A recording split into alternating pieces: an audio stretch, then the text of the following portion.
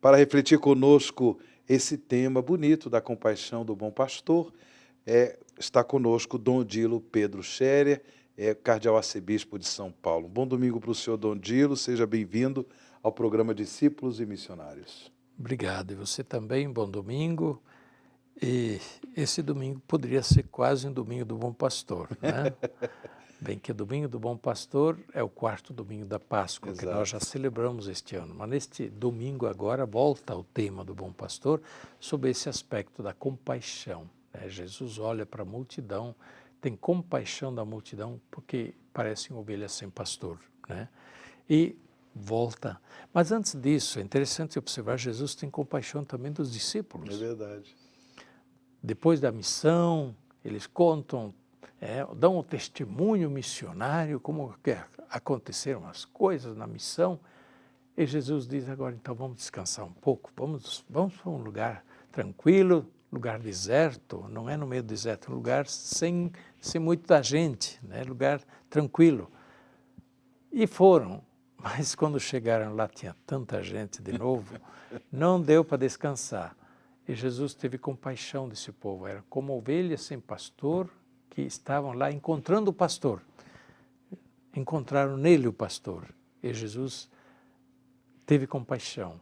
E então, Jesus e os discípulos voltaram a se ocupar com o povo e com toda a dedicação.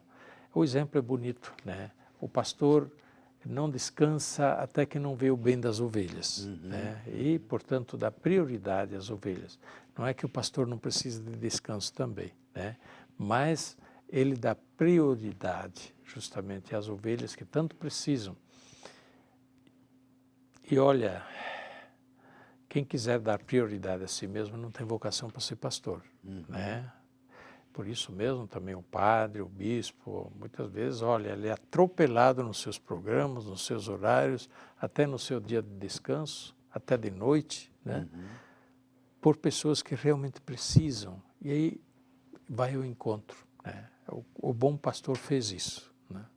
Dom Odilo, essa compaixão de Jesus manifestado no Evangelho de hoje, por exemplo, é um ter pena da pessoa, tratar a pessoa como uma pobre coitada e, portanto, Jesus teve compaixão nesse sentido.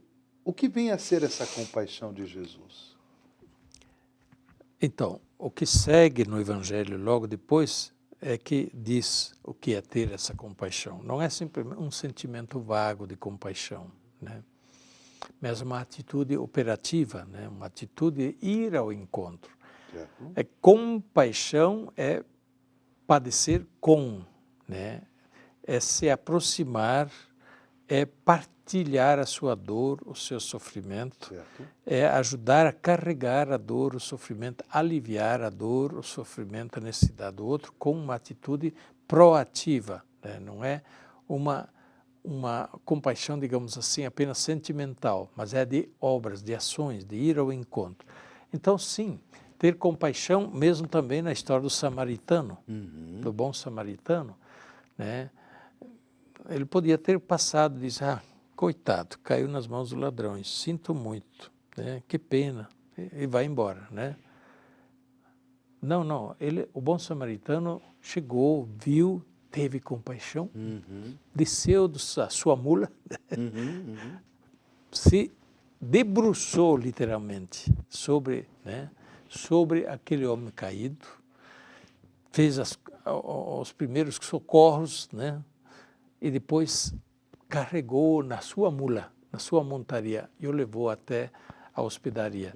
Isso é a compaixão ativa, né? Não é uma compaixão de mero sentimento. Então, nossa compaixão deve ser assim também. Ativa. O Jesus compadeceu-se. E nessa compaixão, ele percebeu que o povo, como o senhor já disse aqui no programa, era como ovelha sem pastor. Nesse sentido, também é importante que nós rezemos pedindo a Jesus, o bom pastor, que envie outras pessoas que, de alguma forma, manifestem a compaixão de Deus para com o povo. Sim, em dois sentidos. Primeiramente, sim, que haja vocações sacerdotais, religiosas, missionárias e de pessoas que claramente se dedicam à pastoral da caridade, da misericórdia, do ir ao encontro, a organizar, não precisa ser padres, né? Também os leigos podem fazer isso, a organizar ações de bondade.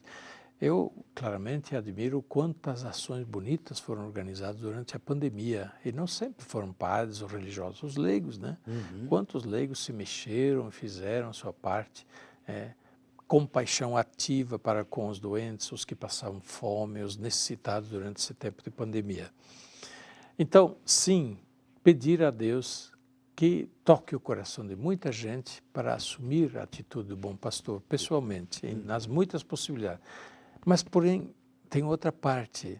A igreja deve ser uma igreja de pastores, uma igreja pastoral, né? E por isso mesmo que as ações organizadas da igreja, ações pastorais, tenham sempre também essa dimensão da compaixão, da misericórdia, do ir ao encontro do próximo. O programa Discípulos e Missionários, ele pode ser revisto no nosso canal do YouTube.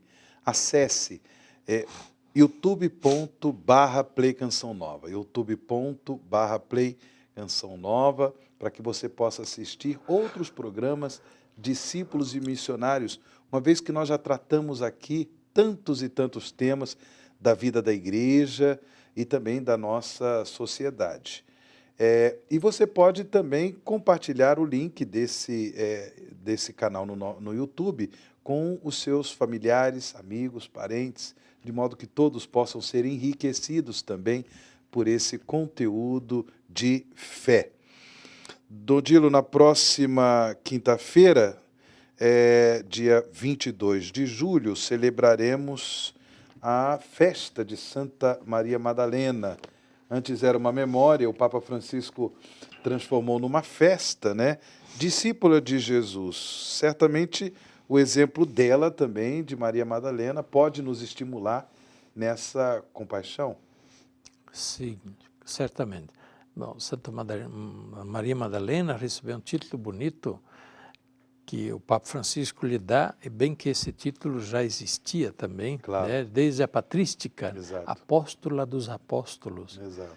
É uma grande honra dada a Maria Madalena por este papel que lhe coube. Jesus deu a ela o encargo de dizer aos apóstolos que ele ressuscitou. Vai dizer a meus irmãos, né? E por isso Maria Madalena se tornou a primeira testemunha da ressurreição, indo ao encontro dos apóstolos para lhes anunciar que Jesus está vivo, Jesus ressuscitou, o túmulo está vazio. Agora, é claro, a figura de Maria Madalena ao longo da história, da literatura, ainda hoje, os filmes, é muitas vezes muito distorcida, né? Primeiramente, nós temos que corrigir um pouco essa ideia de que Maria Madalena é a prostituta. Ora, existe a prostituta que Jesus acolheu, né, na casa do fariseu Simão, Exato. que também se chamava Maria, porque Maria é um nome muito frequente, né, mas não é Maria Madalena. Isso depois entrou pelos evangelhos apócrifos, também pelas histórias, depois romanceadas, e modernamente pelos filmes, né? Então, não é correto nós identificarmos Maria Madalena como a prostituta ou aquela de quem Jesus expulsou 7 demônios e assim por diante. E outros papéis que hoje se atribuem a Maria Madalena em relação a Jesus, que são totalmente inventados e não condizem com o testemunho dos evangelhos e do Novo Testamento. Portanto, Maria Madalena, sim, ela esteve entre os discípulos e, portanto, fazia parte, junto com outras mulheres que estavam no grupo dos discípulos, né? E Maria Madalena, claro, tinha um imenso amor por Jesus, assim como outras tantas mulheres. Ela não foi a única, né, que tinha um imenso amor, e São Lucas descreve que várias mulheres participavam do grupo dos discípulos de Jesus e também cuidavam, digamos assim, de alguma forma, do bem-estar de Jesus e dos apóstolos, né? E diz São Lucas claramente que assistiam Jesus e os apóstolos com seus bens. Então, a gente precisa estar muito atento a certas histórias que se passam para frente como verdadeiras, mas que são inventadas, né? A gente precisa estar atento a ler os evangelhos de maneira correta, a respeito também dos personagens e das figuras. Por que o Papa Francisco, então, destaca desta maneira Maria Madalena? Bem, também diante do fato de, muitas vezes, se dizer que as mulheres não têm lugar na igreja, não têm importância. Como não? Desde o começo. As mulheres ocuparam um lugar importante na vida da igreja. Mas hoje se pensa que as mulheres são importantes se elas também são ordenadas sacerdotisas.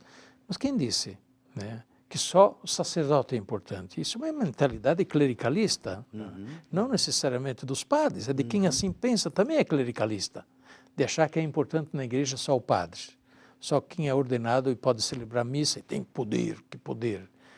O poder na igreja é para servir, e portanto não é só quem celebra a missa, quem tem o poder sacerdotal, que não é um poder de dominação, mas um poder de serviço. Não é importante só quem faz isto, mas todos, primeiramente todos os cristãos são importantes. E o poder das mulheres e, digamos, a importância das mulheres na igreja, na comunidade eclesial, na evangelização, é de primeira importância. É de primeira importância. Mas não aparece, não são valorizados. Como não são valorizados, né? A igreja valorizou a mulher na igreja desde o começo. Maria Madalena é uma delas, assim como tem outras tantas mulheres que já aparecem nos Atos dos Apóstolos e na comunidade cristã primitiva. Chegamos ao final do programa Discípulos e Missionários. Portanto, Dom Dilo, suas palavras finais e sua bênção, por gentileza. Pois não. Que Deus abençoe a todos, que Santa Maria Madalena interceda por todos nós, que dê a todos nós uma fé tão grande, um amor tão grande por Jesus Cristo como ela teve também. A bênção de Deus Todo-Poderoso, Pai, Filho e Espírito Santo, desça sobre vós e permaneça para sempre. Amém.